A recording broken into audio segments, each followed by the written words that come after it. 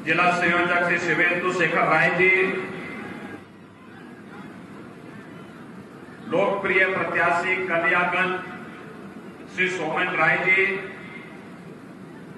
हेमताबाद के प्रत्याशी श्रीमती चांदिमा राय जी, वासुदेव सरकार जी, राणा प्रताप घोष जी,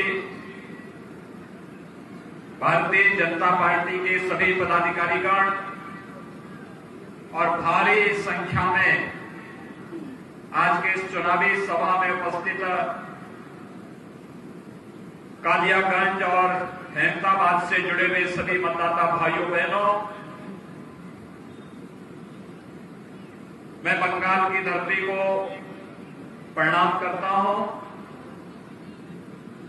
बंगाल की धरती भारत की आध्यात्मिक, धार्मिक और सामाजिक क्रांति की धरती रही है। देश के अंदर परिवर्तन का नेतृत्व करने वाली धरती रही है। देश के अंदर अध्यात्म की आभा को वैश्विक मंच पर पहुंचाने का मामला हो या फिर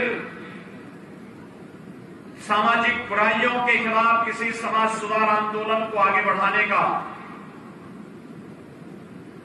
देश की स्वाधीनता आंदोलन में बढ़ चढ़ करके भाग लेकर के उसे भारत को स्वाधीन कराने में अग्रणी भूमिका निभाने की बात रही हो या फिर वैज्ञानिकों की एक श्रृंखला को आगे बढ़ाने का, बंगाल की धरती ने सदैव नेतृत्व दिया है।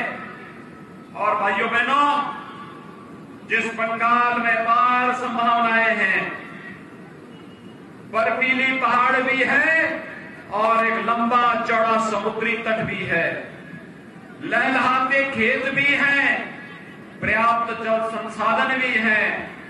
सब कुछ होते हुए भी आज बंगाल हिंसा, अराजकता, भ्रष्टाचार और अव्यवस्था का शिकार हुआ है।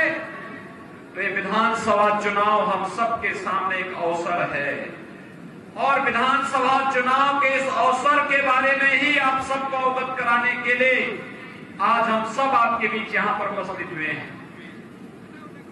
ये हमारे लिए केवल सत्ता परिवर्तन का एक माध्यम नहीं, बंगाल की तकदीर को बदलने का एक माध्यम भी एक चुनाव बनने जा रहा है। प्रधानमंत्री मोदी जी के विजन के अनुरूप बंगाल को सोनार बांग्ला के सपने को साकार करने के लिए आप सबका आह्वान करने के लिए आज विशेष रूप से मैं इस कालियागंज की धरती पर आपके बीच यहां पर उपस्थित हुआ हूं। भाइयों बहनों, बंगाल सब कुछ होने के बावजूद यहां पर पहले कांग्रेस ने, फिर कम्युनिस्टों ने और पिछले 10 वर्षों में टीएमसी ने अव्यवस्था, अराजकता और भ्रष्टाचार का अड्डा बना दिया है।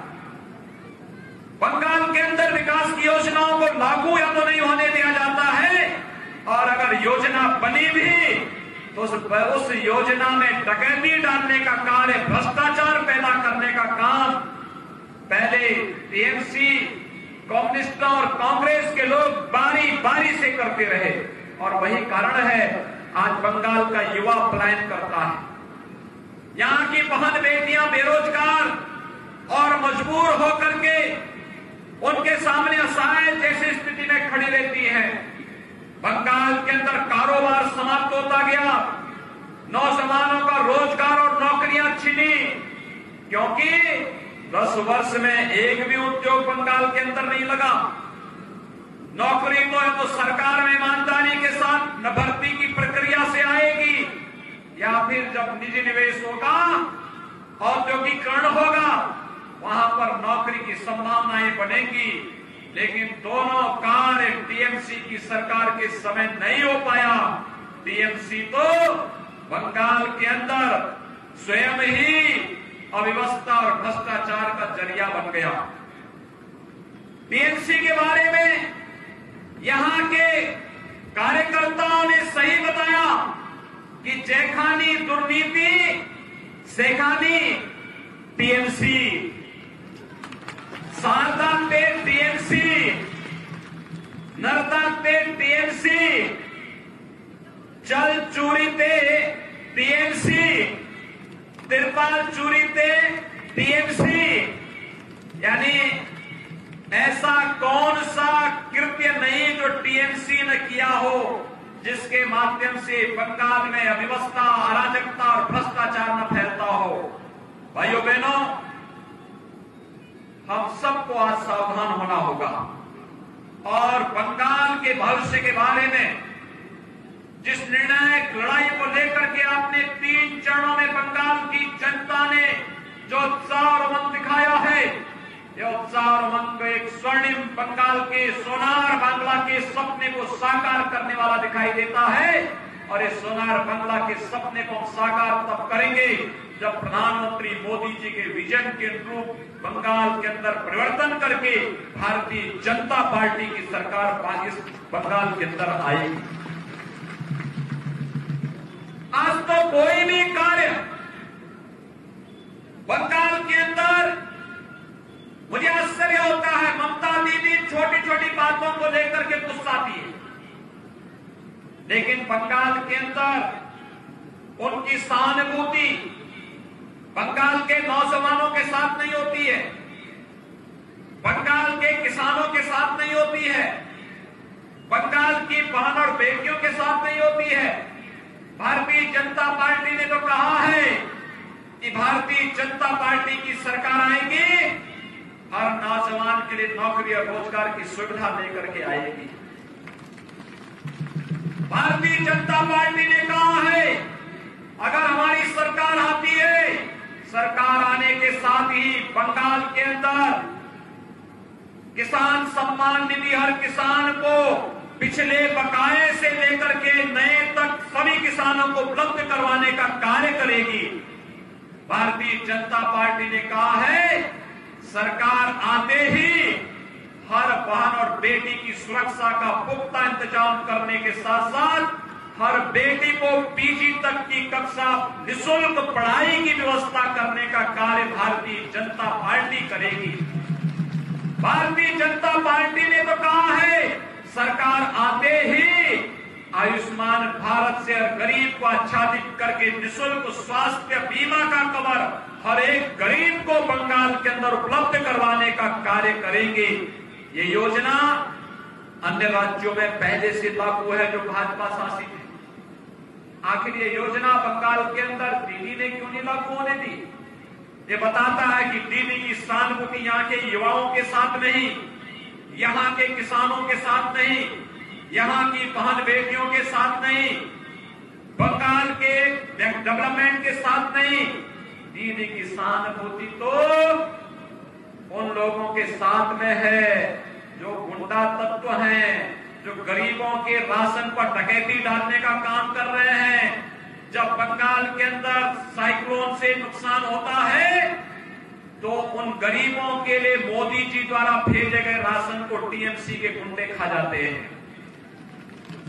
कोरोना कालखंड में जब मोदी जी आपके लिए गरीब कल्याण पैकेज की घोषणा करते हैं तो टीएमसी के गुंडे वह सभी पैकेज को खा जाते हैं। दीदी तब उन गुंडों पर नाराज नहीं होती है। किसानों के लिए मोदी जी पैसा देते हैं, दीदी उसको लागू नहीं होने देती क्योंकि किसानों के प्रति उनके मन में कोई सहानुभूति नहीं। दीदी तब नाराज होती है जब कोई बंगाली भाई कहता कि हमें दुर्गा पूजा करनी है, दीदी कहती नहीं दुर्गा पूजा नहीं होगी। दुर्गा पूजा पे रोक लगाती है, सरस्वती पूजा पे रोक लगाती है। और अब तो दीदी का गुस्सा इतना ज्यादा हो गया, वो कहती जय श्री राम बोलोगे तो जेल के अंदर डाल देंगे। क्या बंगाल के लोग स्वीकार करने को तैयार हैं? क्या बंगाल के लोग दीदी के इस गुस्से को स्वीकार करने को तैयार हैं? क्या जय श्री राम बोला जाना चाहिए? सभी लोग तैयार हैं जय श्री राम बोलने के लिए? भाइयों बहनों, भाजपा जो कहती है सो करती है। हम झूठे वायदे नहीं करते। याद रखना, भाजपा ने जो कहा भाजपा ने सो करके दिखाया। हमने कहा गरीब को मकान देंगे। उत्तर प्रदेश में 4 साल हुए हैं सरकार को आए हुए भी, और 4 साल में 40 लाख गरीबों को मकान दिया है। 40 लाख गरीबों को, 6 करोड़ गरीबों को 5 लाख रुपए की स्वास्थ्य बीमा का कवर दिया है। और भाइयों बहनों, उत्तर प्रदेश के अंदर 2 करोड़ 42 लाख किसानों को प्रधानमंत्री किसान सम्मान निधि का 6,000 रुपए हर वर्ष देने की प्रक्रिया को लागू कर दिया गया है। 4 लाख नौजवानों को नौकरी दे दी है, सरकारी नौकरी, और 1.5 करोड़ नौजवानों को प्राइवेट सेक्टर में भी नौकरी उपलब्ध करवाई है। ये उत्तर प्रदेश के अंदर हुआ है। 4 वर्ष में उत्तर प्रदेश के अंदर कोई दंगा नहीं, पर्व और त्योहारों में कोई व्यवधान नहीं, कोई दुर्गा पूजा नहीं रोक सकता, कोई रामनवमी को नहीं रोक सकता, कोई होली और दीपावली में प्रतिबंध नहीं लगा सकता। यहां पर होली, दीपावली, दुर्गा पूजा को मनाने पर रोक लगाई जाती है। दीदी धमकी देती जेल भेजेंगे, और उत्तर प्रदेश में जो दीपावली को, होली को, दुर्गा पूजा को रोकता है उसको हम जेल भेजते हैं।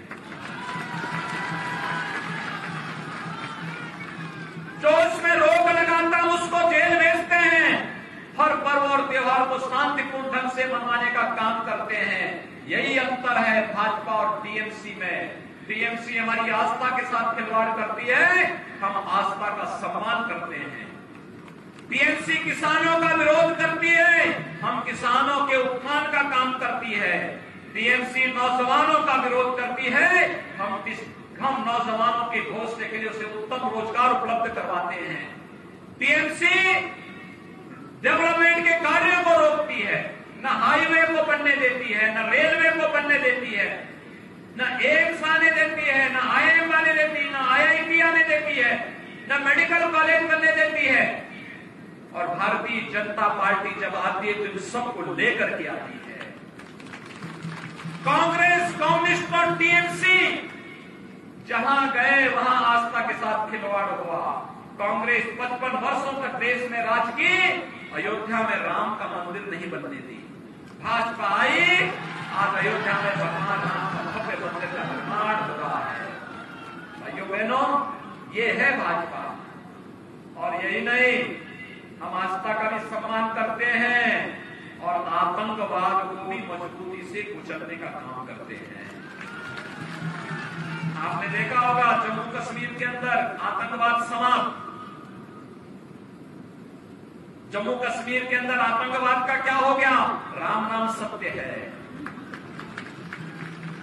इसी को कहते हैं ना, राम की ताकत हमें, राम का नाम हमें ताकत भी देती है। जय श्री राम बोलते हैं, हनुमान जी लंका में छलांग मार देते हैं।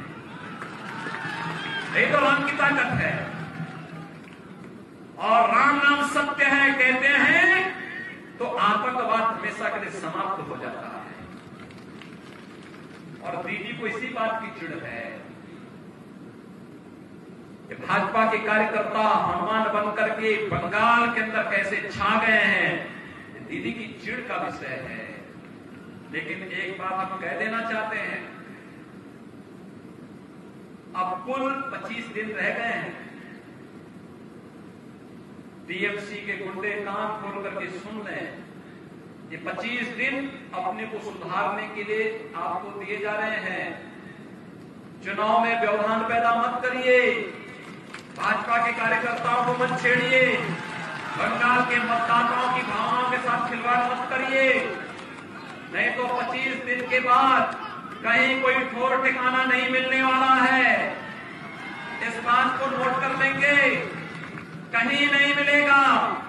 अभी से आदत सुधार लो, सुधर जाओगे तो भाजपा के कार्यकर्ताओं के साथ लाइन में लग करके चुनाव में भाजपा के पक्ष में पोलिंग करवा करके अपनी गलतियों का पश्चाताप कर लो। अन्यथा 2 तारीख के बाद फिर तय कर लो कानून ढूंढ ढूंढ करके निकालेगा, जैसे कल का दृश्य आपने उत्तर प्रदेश के अंदर देखा होगा।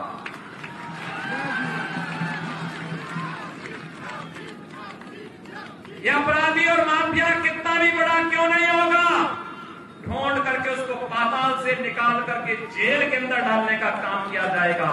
और यही कहने के लिए आज हम सब आपके बीच आए हैं। भाजपा जो कहती है सो करके दिखाती है। हमें युवाओं का कल्याण भी करना है, हमें किसानों का उत्थान भी करना है, हमें बहन बेटियों की सुरक्षा और उनके सम्मान की रक्षा भी करनी है। तो बंगाल को सोनार बांग्ला बनाने के लिए भी काम करना है।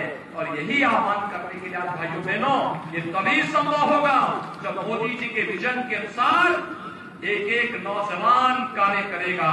और भारतीय जनता पार्टी प्रधानमंत्री मोदी जी के इस विजन के अनुरूप कार्य कर रही है। और आज यही कारण है बंगाल के अंदर सर्वत्र भाजपा भाजपा भाजपा और जय श्री राम के नारे गूंज रहे हैं। आज भाइयों बहनों, मुझे सुदूर उत्तर में जाने का अवसर प्राप्त हुआ था। पहाड़ी क्षेत्र में, एकदम पहाड़ में, एकदम पहाड़ में मुझे जाने का अवसर मिला था। और जब मैंने वहां पर देखा, क्या उत्साह था। चाय बागान में कार्य करने वाला श्रमिक हो या फिर खेतों में काम करने वाला किसान, बंगाल का कोई नौजवान हो या कोई कारोबारी, हर बहन और बेटी के मुंह से एक ही शब्द निकल रहा था, जय श्री राम का और जय श्री राम का। ये बंगाल की पूरी तकदीर को बदल करके रख देगा और बंगाल को सोनार बंगाल के सपने को साकार करने के लिए मंत्र बन करके काम करने वाला है। और भाइयों बहनों, आप सबका यही आह्वान करने के लिए लोग आए हैं, सोनार बांग्ला के सपने को साकार करने के लिए भारतीय जनता पार्टी को आप वोट दें। और मैं इसके लिए आपसे भी अपील करूंगा। कालियागंज से श्री सोमेन राय और अहमदाबाद से श्रीमती चांदिमा राय, ये भारतीय जनता पार्टी की प्रत्याशी है आपके बीच में। इन दोनों प्रत्याशियों के लिए इधर से इधर इधर इधर भी, पीछे भी है, पीछे इधर इधर सभी लोग हाथ खड़ा करेंगे मेरे साथ। उधर भी, उधर हेलीकॉप्टर के उधर भी बहुत दूर तक दिखाई दे रही है मेरी, मैं आपको देख रहा हूं। दोनों हाथ लगा के मेरे साथ बोलेंगे, सभी जहां तक मेरी आवाज जा रही है।